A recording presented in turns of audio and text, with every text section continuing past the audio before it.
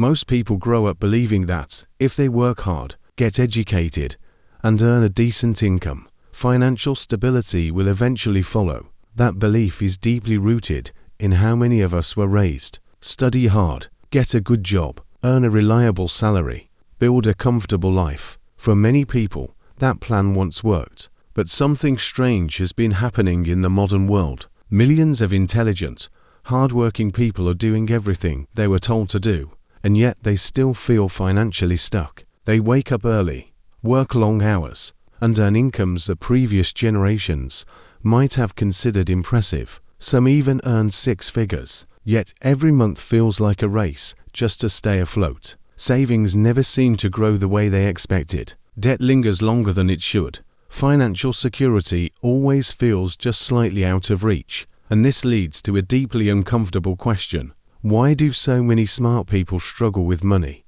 The answer is not what most people expect, because money is not just about intelligence, it is about psychology. Many of our financial behaviors were shaped long before we ever earned our first paycheck. They were shaped during childhood. Think about the environment many people grow up in. Some households experience constant financial stress, bills being discussed at the dinner table, parents worrying about expenses, conversations about what the family cannot afford. Children raised in that environment often develop a deep, emotional relationship with money. Money becomes associated with fear, stress, and survival. Even as adults, those emotional patterns can remain hidden beneath the surface. People may earn more money later in life, but the emotional relationship with money often stays the same. Scarcity thinking continues influencing decisions.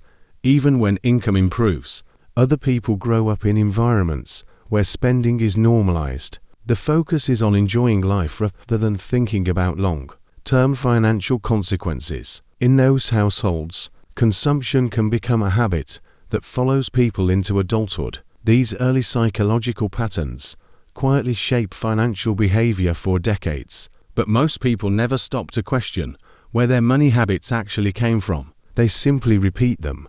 Another powerful psychological force influencing financial decisions is social comparison. Humans naturally compare themselves to others. It is part of how we understand our place in society, but modern life has amplified this instinct in ways previous generations never experienced. Everyday people scroll through images of luxury vacations, beautiful homes, expensive restaurants, designer clothing, and perfect lifestyles. What viewers often forget is that they are comparing their everyday life to someone else's highlight reel. But the emotional effect is still powerful. It creates pressure to upgrade lifestyles, pressure to keep up with others, and pressure to appear successful.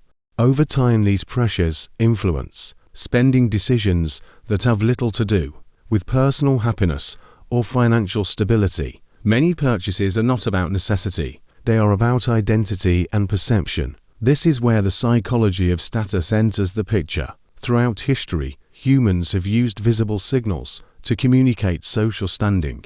Today, those signals often appear in the form of cars, homes, clothing, and lifestyle experiences. When people feel pressure to demonstrate success, spending can become a way of signaling achievement, but there is a hidden cost to this behavior. Many individuals quietly finance lifestyles that exceed their long-term financial capacity. Another psychological force influencing spending is emotional relief. Life can be overwhelming.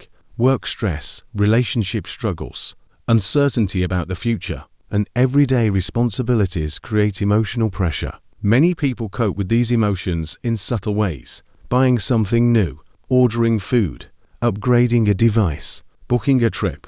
These purchases often provide a short burst of satisfaction. Psychologists sometimes describe this as a dopamine response. When people buy something new, the brain releases chemicals associated with reward and pleasure. For a moment, the purchase feels exciting and fulfilling, but the feeling fades quickly, which leads the brain to search for the next reward. Over time, this pattern can create a cycle where spending becomes tied to emotional regulation rather than practical necessity. One of the most misunderstood aspects of money is the difference between income and wealth. Many people assume that earning a high income automatically leads to wealth. But income and wealth are not the same thing. Income is what you earn, wealth is what you keep, and the difference between the two is often determined by behavior rather than intelligence. Some individuals, earning modest salaries quietly, build significant wealth through consistent habits. They save regularly, they invest consistently, they avoid unnecessary debt. Over time, those small decisions accumulate. Meanwhile, other individuals earn very high incomes but accumulate very little wealth because their spending expands alongside their earnings. This phenomenon is often called lifestyle inflation. As income increases, lifestyle expectations increase as well. A nicer apartment, a newer car, more frequent travel, premium subscriptions, convenient services. Individually, these upgrades seem reasonable, but together they quietly absorb the financial progress that higher income was supposed to create. This is why some people earning six-figure salaries still feel financially stressed. Their income increased, but their lifestyle expanded just as quickly. Another hidden factor shaping financial outcomes is time horizon. Many financial decisions are influenced by short-term thinking, immediate gratification, immediate comfort, immediate relief. But wealth building operates on a completely different timeline. It rewards patience and consistency, saving regularly, investing over long periods, allowing compound growth to work slowly over decades. These habits may not produce immediate excitement, but they gradually create financial stability. The deeper lesson here is that money is rarely just about numbers. It is about behavior, habits, emotions, identity, the way people see themselves and the lives they believe they deserve. When individuals begin understanding the psychological forces behind their financial decisions, something powerful begins to happen. They start asking different questions, not just how much money they earn, but why they spend the way they do, not just why they are not wealthy yet, but what patterns might be shaping their financial future. Financial intelligence is not simply about understanding spreadsheets or investment charts. It is about understanding oneself, recognizing emotional spending,